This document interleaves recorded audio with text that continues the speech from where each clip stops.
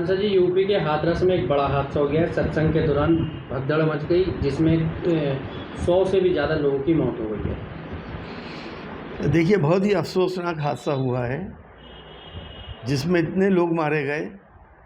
ये सब ज़्यादातर गरीब मजबूर लोग थे।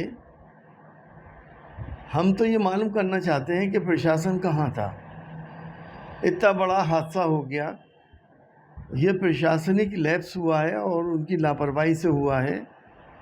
प्रशासन बुलडोज़र चलाने में तो बड़ी तेज़ी दिखाता है, लेकिन इन मज़लूमों के और गरीबों के जो अपने परवरदिगार को, अपने पैदा करने वाले की इबादत के लिए गए थे या पूजा के लिए गए थे या धार्मिक कार्यक्रम में गए थे, उनके लिए उनकी किसी को फिक्र नहीं है।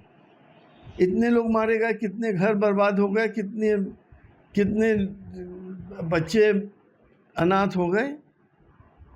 इसके लिए प्रशासन पूरी तौर से ज़िम्मेदार है और इसकी पूरी इंक्वायरी होनी चाहिए। इंक्वायरी में जो भी सच सामने आए तो इन्हें सख्त से सख्त उसको न्याय संगत सज़ा दी जाए। अखिलेश साहब कह रहे हैं कि इसमें सरकार जिम्मेदार है। देखिए, जब प्रशासन जिम्मेदार होता है तो सरकार ही जिम्मेदार होती है। प्रशासन वालों को ये फिक्र नहीं है कि हमें सरकार कहीं ना कहीं पेनलाइज करेगी या हमें भी कोई ना कोई सज़ा मिल सकती है, क्योंकि वो सरकार के वो काम कर रहे हैं जो आज तक हिंदुस्तान में कभी नहीं हुए। मकानों के ऊपर बुलडोज़र चलाना, जिस मकान में 10-10 लोग रह रहे हैं, अगर एक अपराधी है तो उसका मतलब 9 को भी आप बुलडोज़ कर देंगे, उनको भी घर से बेघर कर देंगे। तो सरकार के जब वो अनैतिक काम कर रहे हैं तो उन्हें फिक्र किस बात की है? सरकार ही उनको बचाएगी। सर, राहुल गांधी जी ने कल संसद में नीट इशू पर चर्चा के लिए प्रधानमंत्री को लिखा है। बहुत ज़रूरी है ये। देश के बच्चों के साथ जो मजाक, जो खिलवाड़ हो रहा है, सिर्फ नीट ही नहीं बल्कि इस 10 साल में जितने पेपर हुए हैं, कोई भी एग्ज़ाम करप्शन से अछूता नहीं रहा है। और नीट जैसे जहाँ 24 लाख बच्चे बैठे हों और हर बच्चे से 4-4 हज़ार रुपये लिए गए हों, तो आप हिसाब तो लगाइए कि ये अरबों रुपए कहाँ गए। किस तरह का ये नीट का एग्ज़ाम हो रहा है। और इस नीट के एग्ज़ाम में 720 में 720 67 बच्चों के, और मैं ये पूछना चाहता हूँ कि 718 कैसे आ गए। एक क्वेश्चन अगर गलत होता है तो 4 नंबर कटते हैं और एक -5। 715 तो आ सकते हैं, लेकिन 718 कहाँ से आ गए। आपने ग्रेस मार्क्स दे रहे हैं। कभी ऐसा हुआ है क्या कि आप टाइम नहीं बढ़ा सकते थे?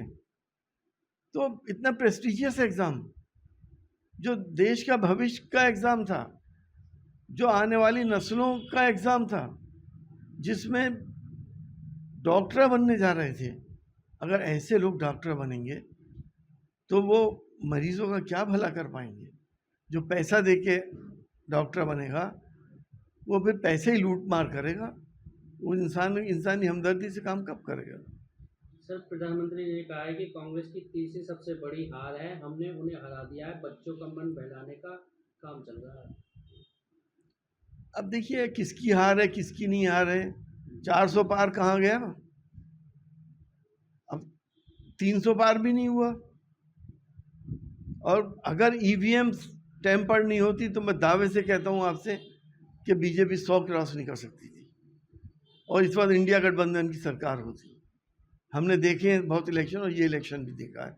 हमने देखा है जनता में कितना जोश था, हम सब जानते हैं।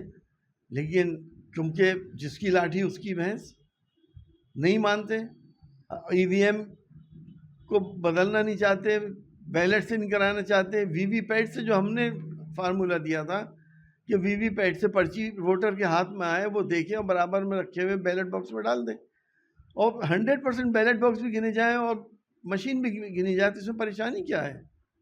ये भी नहीं चाहते। तो कम से कम हमारा वहम ही दूर हो जाए। अगर आप बकौल आपके ये भी नहीं करेंगे। प्रधानमंत्री कह रहे हैं ने राहुल गांधी के हिंदू वाले बयान पर कहा है, ये वही लोग हैं जिन्होंने हिंदू आतंकवाद करने की कोशिश की है। कल जो सदन में देखा, अब हिंदू समाज को सोचना होगा, क्या ये बयान केवल सहयोग है या किसी प्रयोग की तैयारी है। देखिए, इस वक्त हिंदुस्तान में मोदी जी के इस बयान पे हंस रहा है। राहुल गांधी जी ने किस कंटेक्स्ट में कहा मुझे और आपको पता है। राहुल गांधी जी भी एक हिंदू हैं और अच्छे हिंदू हैं और पंडित हैं, जो बहुत हाई क्लास वाले हिंदू हैं वो। तो उन्होंने तो ये कहा था हिंदू कभी हिंसक नहीं हो सकता, हिंदू कभी दिलों को नहीं बांट सकता, हिंदू कभी नफरतों की सौदागरी नहीं कर सकता। लेकिन ये लोग कर रहे हैं, बीजेपी भी कर रही है, आरएसएस भी कर रही है, ये तो कहा उन्होंने। लेकिन उसको कैसे वल्गराने की करें, कैसे लोगों को मिसगाइड करें, कैसे लोगों को झूठ की नैया में बिठा के और बीच पानी में डुबोएं, आप इनसे सीखें। ये तो इन्हें आदत पड़ गई, बात कुछ हो रही है और पीटना कुछ और हो रहा है। तो उन्होंने तो हिंदू को कभी भी नहीं कहा ऐसी बात। उन्होंने तो कहा कि ये नरेंद्र मोदी और आरएसएस हिंदू नहीं है, ये नहीं सारा हिंदू ये रिप्रेजेंट करता है। लेकिन शायद बीजेपी वालों में इतना एरोगेंस है कि वो सारा हिंदुइज्म का ठेका उन्हीं के पास है। बाकी तो जो दूसरी पार्टी वाले लोग हैं वो तो हिंदू ही नहीं है, वो तो यही समझते हैं। ये बुरा लग रहा है उनको, परेशान हो गए बेचारे, दो बार खड़े हो गए पार्लियामेंट के अंदर, मंत्री बोलना शुरू हो गए। अरे सुनिए भाई, सुनने की भी आदत होनी चाहिए। सर मोदी जी कह रहे हैं कांग्रेस पार्टी शुरू से ही आरक्षण के खिलाफ रही है, इन्होंने ही बाबा साहब को साजिश के शहर चुनाव कराया और उसके बाद जश्न भी मनाया। इंदिरा गांधी ने भी जगजीवन राम और चौधरी चरण सिंह के साथ भी ऐसा ही किया। कांग्रेस नेता सीतारमण केसरी का भी कांग्रेस ने अनादर किया। देखिए, ये तो मुझे नहीं मालूम किसने क्या करा, लेकिन मुझे ये मालूम है कि कांग्रेस के पीरियड में आरक्षण लागू हुआ, दलितों का, ओबीसीज का, और बहुत ईमानदारी से आरक्षण दिए गए। आज जो दलित जिस जगह पे खड़ा है उसकी वजह मेन यही है कि कांग्रेस ने उनको अपलिफ्ट करने की कोशिश करी और उनको आरक्षण दिए। प्राइवेटाइजेशन तो नहीं करा था कांग्रेस ने। आप प्राइवेटाइजेशन क्यों कर रहे हैं? ताकि आरक्षण खत्म हो जाए। आप प्रॉफिट मेकिंग यूनिट्स को, जिससे फायदा हो रहा है, उनको बेच रहे हैं। आप क्या क्या नहीं बेच रहे हैं। आपने हिंदुस्तान को बेचने की ठान ली है, तो प्राइवेट वाले तो आरक्षण देते नहीं हैं। हर चीज़ बेचने की आदत पड़ी हुई है असल में प्रधानमंत्री जी को, और वो अपनी जवानी से, बचपन से बेचते चले आ रहे हैं। सर प्रधानमंत्री ने कहा है कि कांग्रेस की दलित विरोधी, पिछड़ा विरोधी मानसिकता के कारण ही बाबा साहब अम्बेडकर ने नेहरू के मंत्रिमंडल से इस्तीफा दे दिया था। देखिए, बाबा साहब अम्बेडकर ने क्यों इस्तीफा दिया, क्या हुआ क्या नहीं हुआ। बाबा साहब अम्बेडकर ने तो हिंदू धर्म ही छोड़ दिया था। वो इस्लाम कबूल करना चाहते थे, लेकिन गांधी जी के समझाने के ऊपर उन्होंने बौद्ध धर्म कबूल करा। उस वक्त विसंगति बहुत थी, इंसान में बहुत फर्क था, छुआछूत थी। बड़े हाई कास्ट के दरवाजे पे दलित क्रॉस नहीं कर सकता, अंदर नहीं जा सकता था। रह गई बात रसोई की, तो वहाँ तो कुछ सवाल ही नहीं था। इतना डिस्क्रिमिनेशन होता था। तो ये पिछले कांग्रेस की रूल की तो देन है कि वो डिस्क्रिमिनेशन धीरे धीरे ख़त्म हुआ और सब इंसान बराबरी का हक पाने लगे और बराबरी का हिस्सा लेने लगे।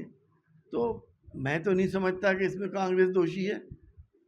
हाँ, आप प्राइवेटाइजेशन बंद करके दलितों को नौकरियां दें और बाकी लोगों को भी नौकरियां दें और आरक्षण को पूरी तरह से लागू करें।